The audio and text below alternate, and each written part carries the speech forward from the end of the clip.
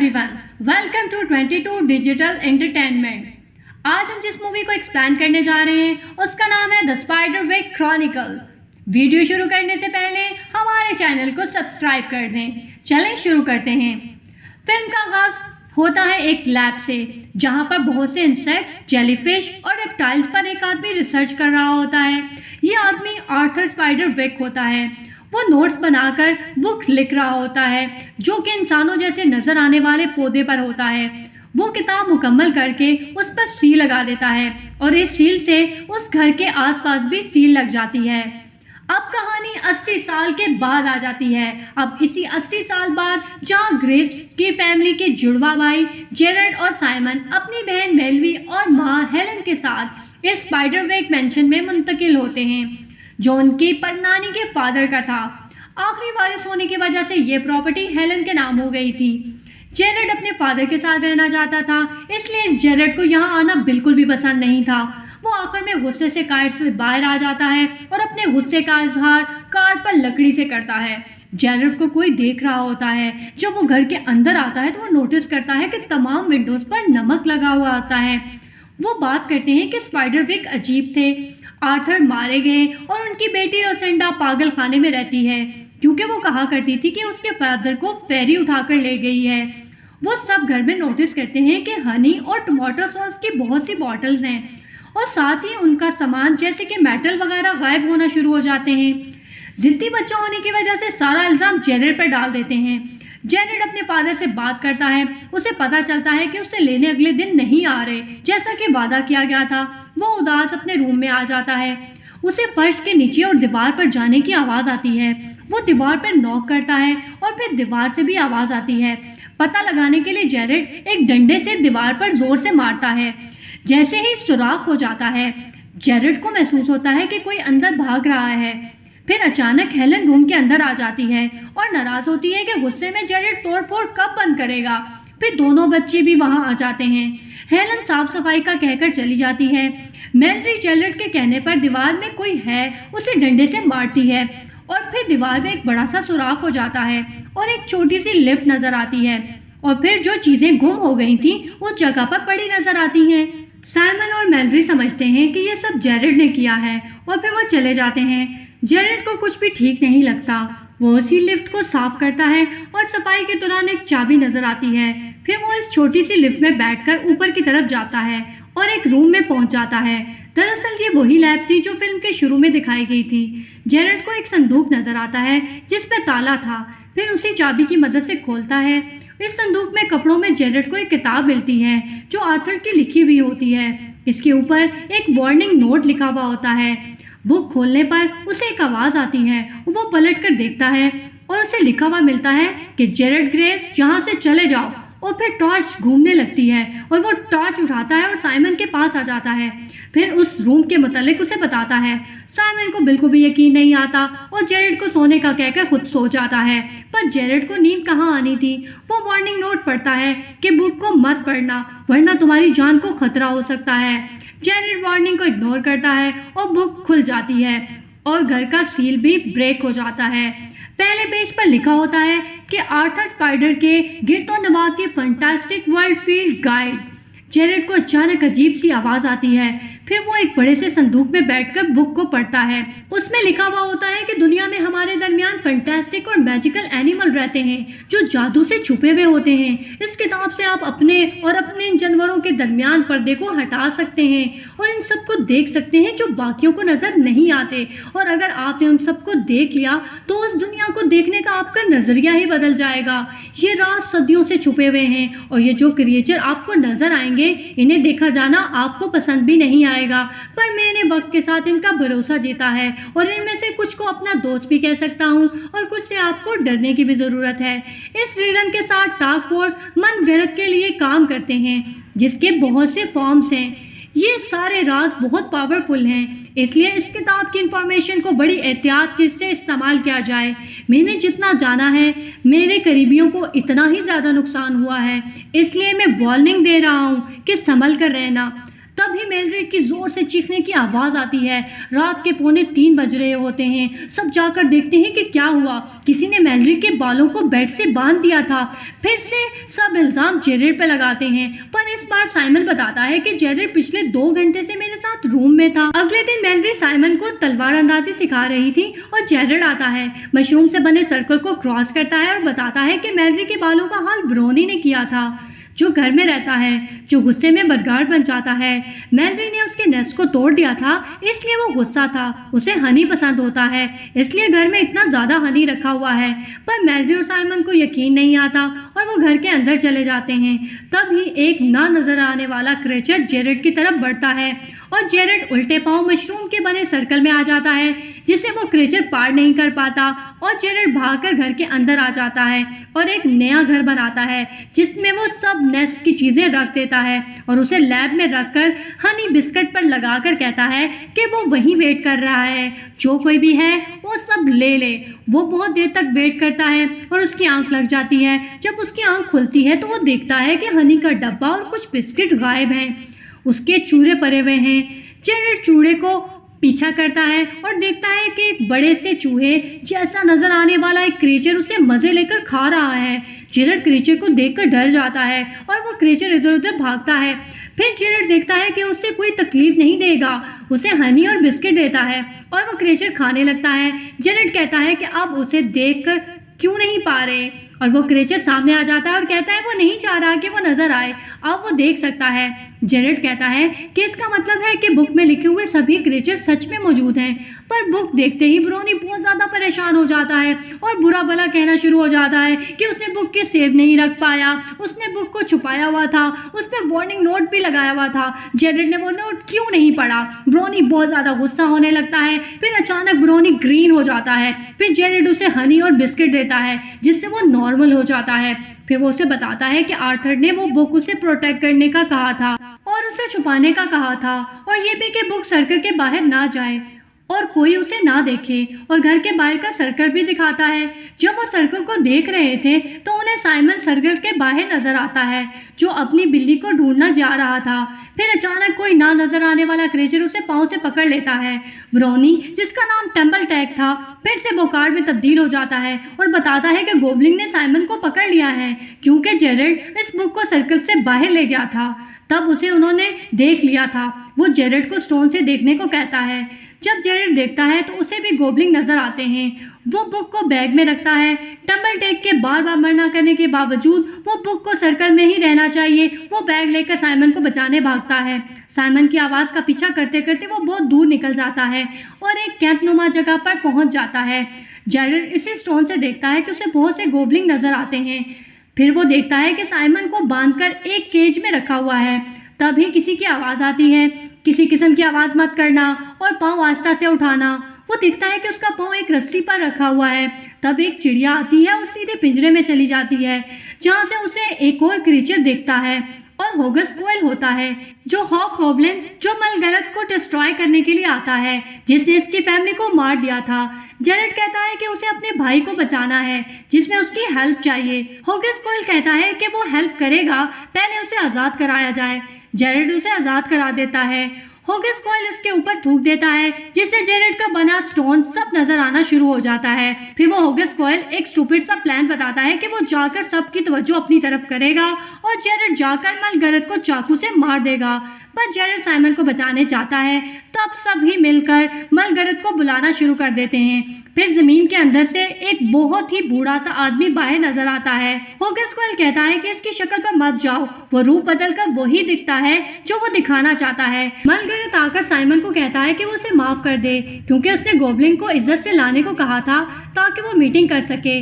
Simon के कहने पर उसे क्या चाहिए, मलगरत उसे बताता है कि पास उसे आर्थर स्पाइडविक की वो बुक चाहिए जो उसे मिल गई है। साइमन कहता है कि उसके पास कोई बुक नहीं है, इसलिए मलगरत उसकी तलाशी शुरू कर देता है। होगस कोयल, जिसे चिड़िया खाना बहुत पसंद था, एक चिड़िया देखता है तो उसके पीछे निकल जाता है। साइमन की तलाशी में कुछ पैसे और एक तस्वीर मिलती है। मलगरत उसे कहता है कि बुक लेकर आ जाओ, वरना तस्वीर वाले लोगों को यूज करेगा बुक के लिए। फिर साइमन कहता है कि वो उसे बुक के बारे में पता है, वो बुक लेकर आ जाएगा। साइमन वापस चला जाता है। जेरेड देखता है कि मलगरत अपना हुलियात बदल रहा है और वो रेड कैप यानी गोब्लिन के लीडर से भड़कता है। रेड कैप कहता है कि वहाँ एक शक्ल के 2 लड़के रहते हैं, उन्होंने गलत लड़के को उठा लिया था। मलगरत कहता है कि वो जेरेड को ढूंढने बुक लाएं वरना वो सबको मार डालेगा। जेरेड वहाँ जाता है और साइमन से मिलता है। साइमन बुक को देना चाहता था, इसलिए दोनों में बहस होने लगती है। तभी वहाँ गोब्लिन आ जाते हैं और वो बुक देख लेते हैं। जेरेड और साइमन वहाँ से भागते हैं, पर घर के पास वो साइमन को गिराकर पैरों पर काट लेते हैं। जेरेड साइमन को सर्कल के अंदर ले आता है। तभी वहाँ पर मैलरी आ जाती है जो सर्कल को बाहर होती है। दोनों चाहते हैं कि सर्कल के अंदर आ जाओ, पर वो नहीं सुन रही होती। गोब्लिन मैलरी पर अटैक कर देते हैं। जेरेड उसे स्टोन देता है। मैलरी उनको देख लेती है और अपनी तलवार से मारने लग जाती है।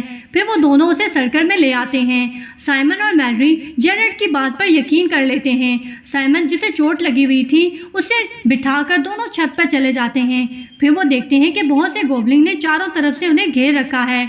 मैलरी जेरेड पर चलाती है कि बुक उन्हें दे दे। तब टेमर टैक आ जाता है और रोक लेता है कि ऐसा ना करें। उसे शांत करने के लिए जेरेड उसे हनी देता है। फिर थंबर टैक बताता है कि बुक दे दी गई तो वो सब मारे जाएंगे। फिर वो डिसाइड करते हैं कि बुक को जला दिया जाए और बाहर जाते हैं। गोब्लिन के सामने आग लगा देते हैं।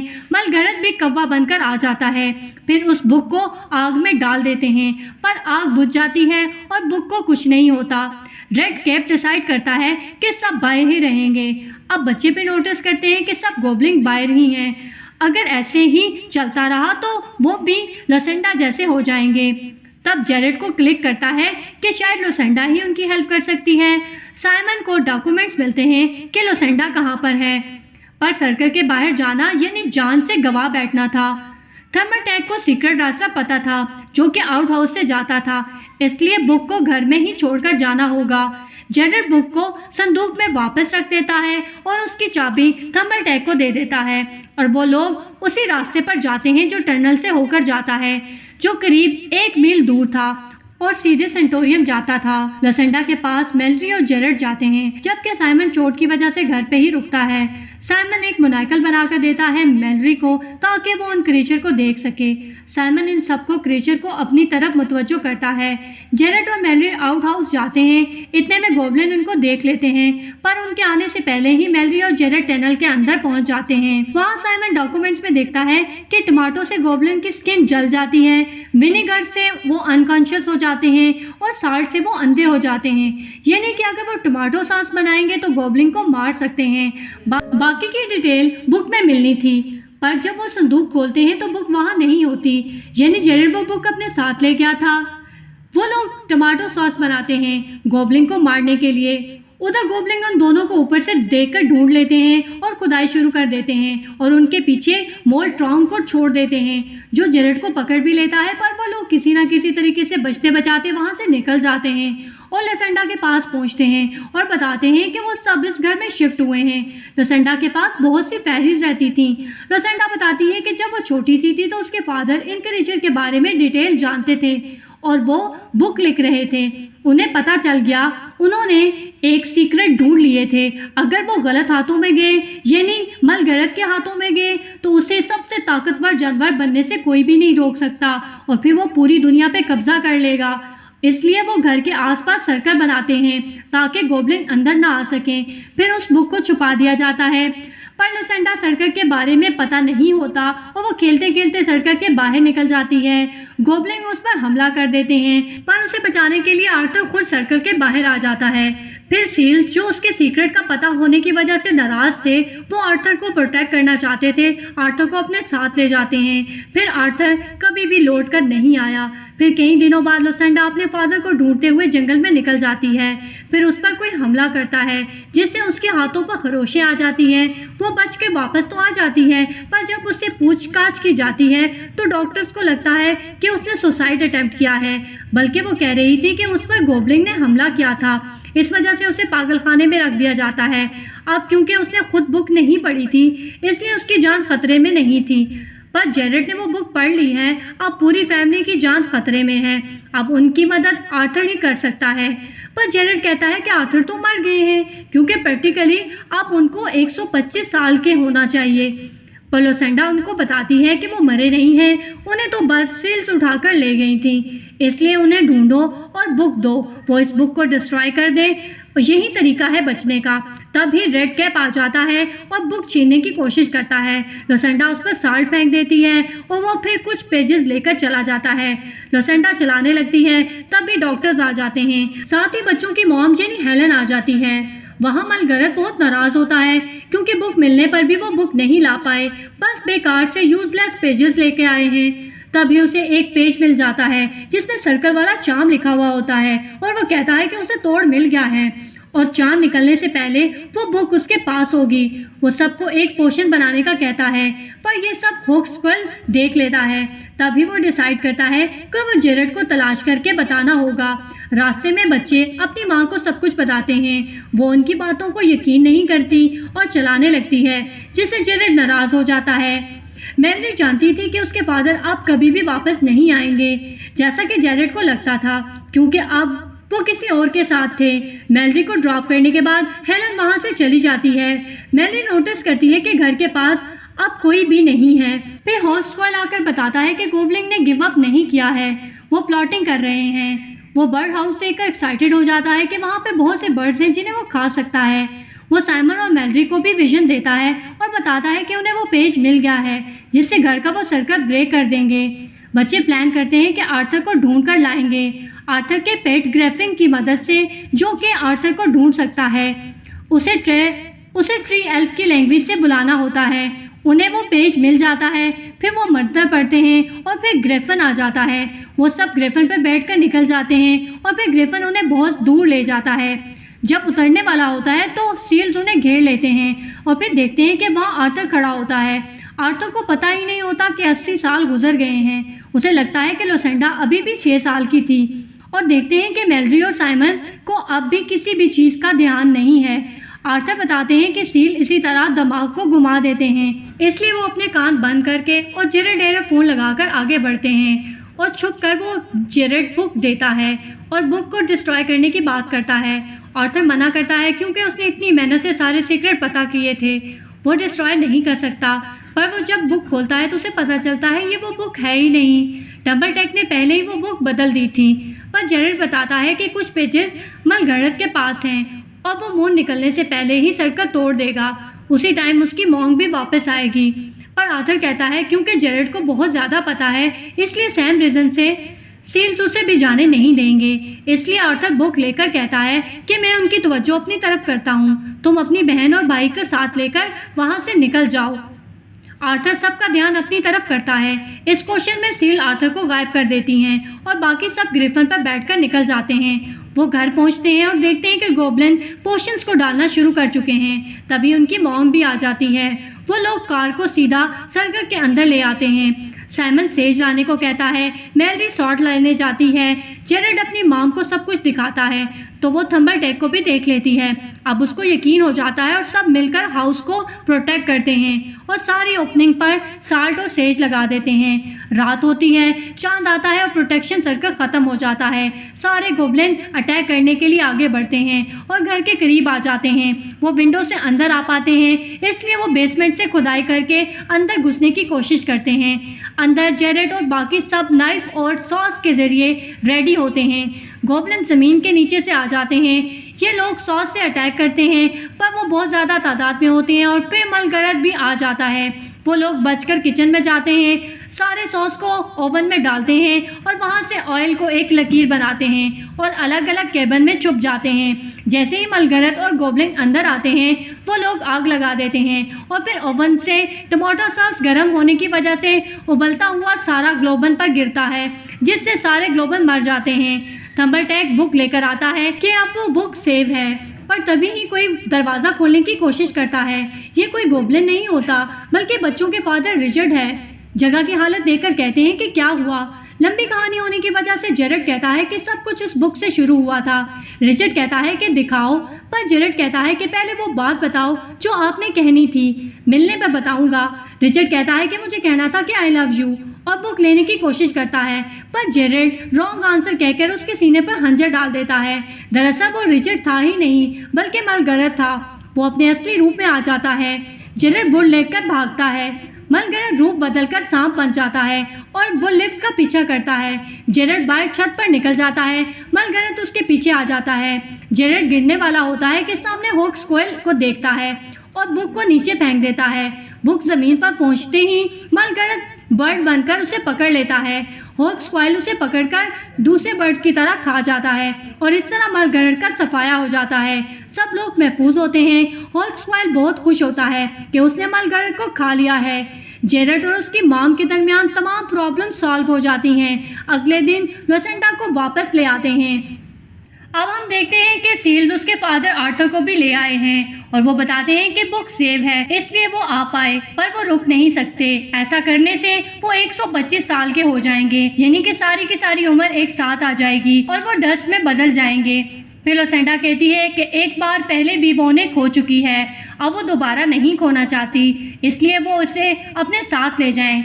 आर्थर उसे अपने साथ ले जाता है और एक बार वो फिर बच्ची हो जाती है। सब उन्हें जाता हुआ देखते हैं। वहीं पे मूवी एंड हो जाती है। देखने के लिए शुक्रिया।